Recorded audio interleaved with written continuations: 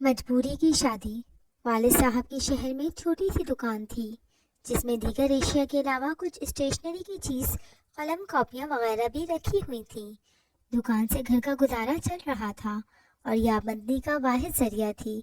والد صاحب گھر کے کفیل تھے۔ ہم سب بہن بھائی ان دنوں زیر تعلیم تھے۔ والد صاحب کا معمول تھا کہ فجر کی نماز کے بعد تلاوت کلام پاک کرتے، پھر ناشتہ کر کے دکان پر چلے جاتے اور رزق حلال کی امید پر بیٹھ جاتے۔ قریبی لڑکیوں کا اسکول تھا جو چھٹی کے بعد ان سے کچھ نہ کچھ خریدنے آ جاتی تھی۔ وہ اکثر دکان کے سامنے سے گزر کر اسکول جاتی۔ ایک روز ابا جان نے دیکھا کہ ایک لڑکی پریشان سی تیز تیز قدم اٹھاتی جا رہی ہے اور اس کے پیچھے دو آوارہ قسم کے لڑکے تعاقب کرتے جا رہے ہیں اور آوازیں کستے چلے آ رہے ہیں۔ والد صاحب سے رہا نہ گیا، وہ دکان سے باہر آئے اور لڑکوں کو روک کر برا بھلا کہنے لگے۔ اس پر ایک گستاخ لڑکا بولا، بزرگوں اپنی راہ لو، یہ آپ کی بچی تو نہیں ہے، پھر کیوں بے حال ہو رہے ہو؟ یہ سن کر ان کو غیرت آئی اور جوتا اتار کر اس کو مارنے کو لپکے۔ تبھی سامنے والی دکان سے کچھ لوگ آ گئے۔ انہوں نے والد صاحب کو پکڑ لیا اور بولے، بٹ صاحب چھوڑیے، ان بدماشوں کے منہ مت لگیے۔ بیچ بچاؤ میں وہ دونوں بدماش بھاگ گئے اور ابو غصے پر بمشکل قابو پا کے دکان پر آ بیٹھے۔ کہنے لگے، میاں عزت سب کی سانجھی ہوتی ہے، یہ لڑکی اکثر میری دکان سے کاپیاں خریدتی رہتی ہے اور بہت شریف لڑکی ہے، تبھی مجھ سے برداشت نہ ہوا، ورنہ میں کسی کے معاملے میں نہیں پڑتا۔ خیر، بات آئی گئی ہو گئی۔ ہفتہ گزرا تھا کہ وہ دونوں آوارہ لڑکے اپنے دو اور بدماشوں کے ساتھیوں کے ہمراہ آ گئے اور دکان میں گھس کر والد صاحب پر حملہ کر دیا۔ وہ کونے میں بچھے تخت پوش پر نماز پڑھ رہے تھے اور سجدے میں تھے۔ انہوں نے پشت سے وار کیا۔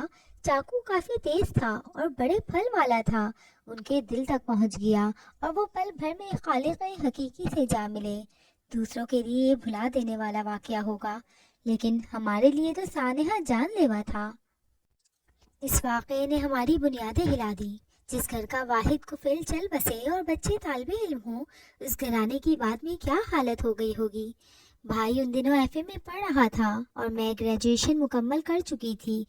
تعلیم اور ملازمت حاصل کرنا گویا جوئی شیر لانے کے مترادف تھا۔ نوکری کی تلاش میں سرگردہ تھی تاکہ گھر سنبھال سکوں۔ بہت بھاگ دوڑ کی مگر ملازمت نہ ملی۔ محلے میں جگہ جگہ پرائیویٹ اسکول کھلے ہوئے تھے، مگر تنخواہ اتنی کم تھی کہ اسکول آنے جانے کا خرچہ بھی پورا نہ ہوتا تھا۔ تلاش بسیار کے باوجود ملازمت نہ ملی تو گھر بیٹھ کر بے بسی اور اسکول کے بچوں کو ٹیوشن پڑھانے لگی۔ اس طرح کچھ آمدنی کی سبیل نکلی اور دو وقت کی روٹی دال کے اسباب پیدا ہو گئے۔ یہ وقت ہم نے بڑی مشکل سے کاٹا، یہاں تک کہ بھائی سمد نے تعلیم مکمل کر لی۔ خوش قسمتی سے انہی دنوں میرے والد کے ایک دوست دوسرے شہر سے آئے۔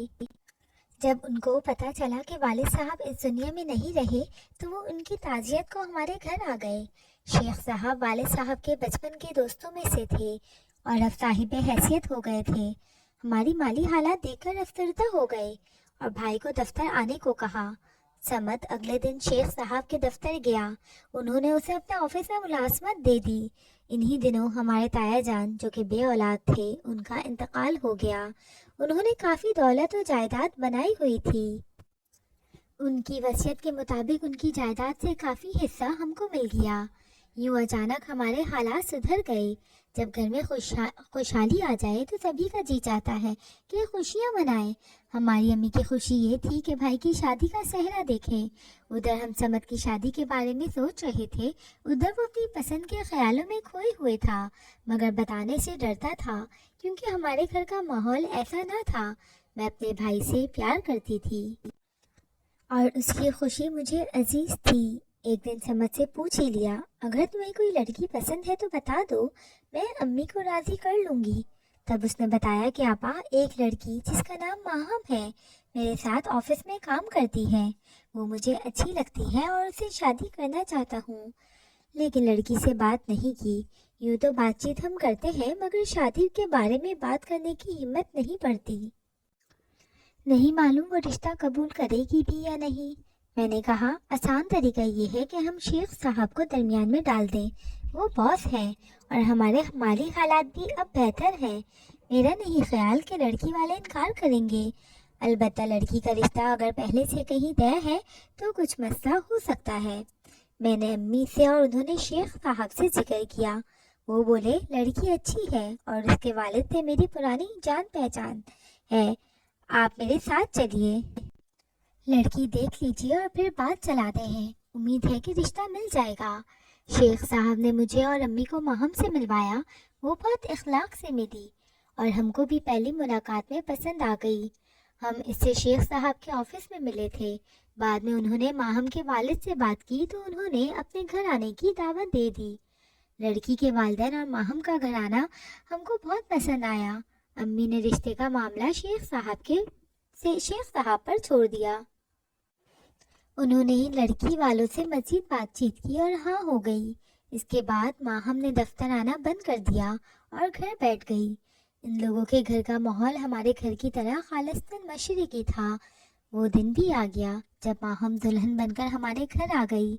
سمد بھائی تو ہمارے خوشی کی زمین پر پاؤں نہیں رکھتے تھے، ان کے خوابوں کی تعبیر ان کو مل گئی تھی، لیکن ماہم کے خوابوں کے بارے میں کوئی نہیں جانتا تھا۔ شادی کا دن تمام ہوا۔ رخصتی کے بعد ہم سب تھکے ہارے رات کو جہاں جس کو جگہ ملی پڑھ کر سو گئے۔ شادی کا گھر تھا، دور کے مہمان بھی واپس نہیں جا سکتے تھے۔ ہم نے بھیا کا کمرہ دلہن کی طرح سجا دیا تھا۔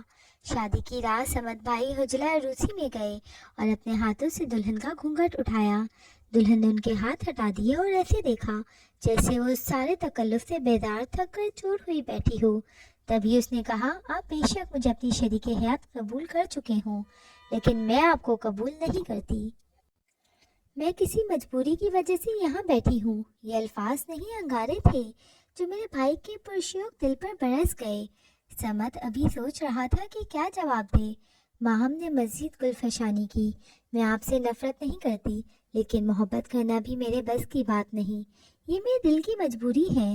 بھائی کو اپنی دلہن سے ایسی امید نہ تھی۔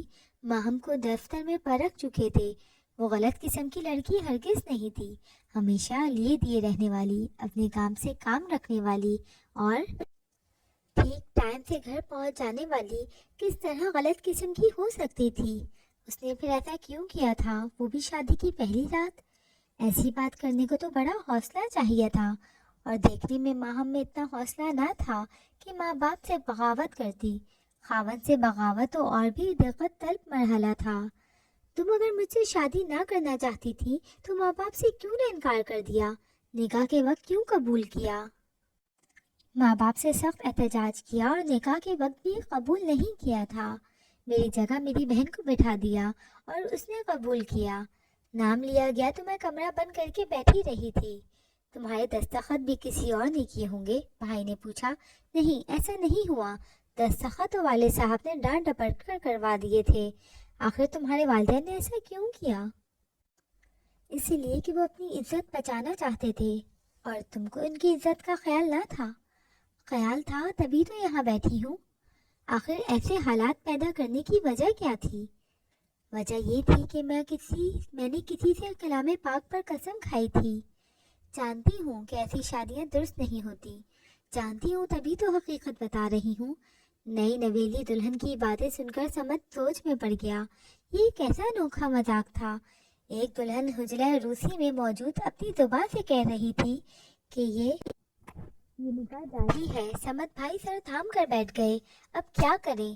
اگر تم راضی نہ تھی تو رخصتی کیسے قبول کر لی، اور دلہن بن کر 16 سنگھار بھی کروا لیے، اور کہتی ہو کہ تم نے نکاح قبول نہیں کیا؟ تم عاقل بالغ ہو، پڑھی لکھی ہو، رخصتی پر راضی کیسے ہو گئیں؟ بھائی نے استفسار کیا۔ میں نے بہت چاہا، والد صاحب رونے لگے۔ پھر آپ کی بہن آ گئی اور اپنی بوڑھی ماں کا واسطہ دیا کہ دیکھو ماہم، بارات واپس نہیں جائے گی، ورنہ میری بیوہ ماں کی بے عزتی برداشت نہ کر پائے گی۔ انہوں نے اپنی لڑکیوں کو بھی تو پڑھانا ہے۔ ہم نے تو طریقے سے رشتہ مانگا اور آپ کے والدین نے ہاں کی۔ سب کچھ اس مرحلے تک طریقے سے ہوا ہے، تو اب عین وقت پر یہ کیا معاملہ ہو گیا؟ اب چاہے شادی کامیاب ہو یا ناکام، بے شک بعد میں طلاق لے لینا، لیکن اس وقت رخصتی ہوگی۔ ہم برادری کو کیا جواب دیں گے؟ تو میرے پاس کیا چارہ رہ گیا تھا سوائے اس کے کہ آپ تک پہنچ کر ساری صورتحال سے آگاہ کر دوں۔